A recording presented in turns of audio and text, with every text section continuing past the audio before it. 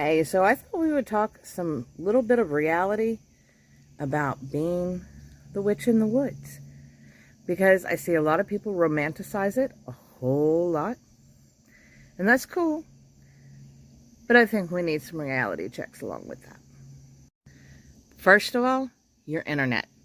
Your internet is most likely going to be slim to none.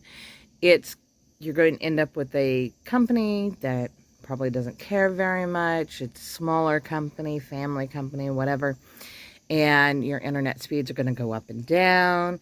Your internet's going to go up and down. There are times that we've been out for a month. There's times that we've been out for days. No rhyme or reason, no storm, nothing like that took it out. It just goes down. Shopping and getting to the store. So for us, the nearest store is about 20 minutes away, and that is only a Walmart, a Ruler, and a farm store in one direction. And then in another direction, you have a family-owned grocery store, which is super high priced. Really good produce and stuff, though. The actual shopping, if you wanted to do anything besides like a Walmart, you're going to be driving over an hour. Trees. Although I love the trees and I wouldn't trade it for anything, there's a lot of responsibility that comes with living in the woods. You are responsible for that land that you are living on. That means when all these trees fall, and they do fall, you are responsible. You've got to clean them up. You've got to constantly be picking up sticks. Every time we have a storm, this valley fills with all kinds of limbs and sticks. Let's talk animals and bugs. Okay, so you're living in the woods, and that is wonderful. But you're going to deal with all kinds of different bugs. Chiggers, horrible. Ticks, horrible. Mosquitoes, horrible. And you live with a variety of animals. Guess what? You may think that you own the land. That's fine.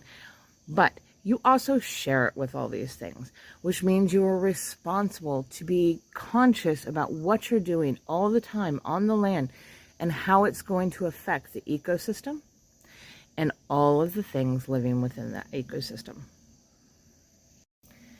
Power outages and roads. Okay, so you're in the woods. That means you're far out from the city. They're not going to clear your roads in the winter. This is not going to happen. Maybe if they get to it in time, but generally that's not going to happen. And power outages. You're probably going to be one of the last people getting your power back on for the simple fact that all the city folk need theirs first. Trash. So this isn't a big deal for us because we don't generate that much trash and we're pretty conscious about it. One thing I don't like is there's really not a good way to recycle down here. But your trash, you're hauling to the dump. Nobody's coming to pick up your can. It's not happening. You are going to be responsible for hauling off your own trash. So be more conscious about that. Let's be clear. I'm not trying to discourage anybody from living in the woods. I love it here. I love everything about being here, even all the irritations and inconveniences that happen at times. Like our internet, which has been up and down for a couple of weeks and was out for days this time. And just came back up. So hello, that's why I'm back. I love it. I love it. And I wouldn't trade it for anything. But I do see people romanticizing being the witch in the woods, but they never talk about the responsibilities. And if you've only lived in the city, you've never lived in this kind of environment, it is a change. You need to prepare for this. You need to think about it. You need to know what your resources are and what they aren't. You're going to need to prepare differently for weather. So if you know that winter storms are coming, there's a whole different preparation that you go through being in the woods versus being in the city. This isn't bad stuff. It's just things you need to be aware of, things you need to be conscious of, things you need to consider. So big shout out to the other witches in the woods that are hanging out like I am. And big shout out to all our city witches, because I've been there too.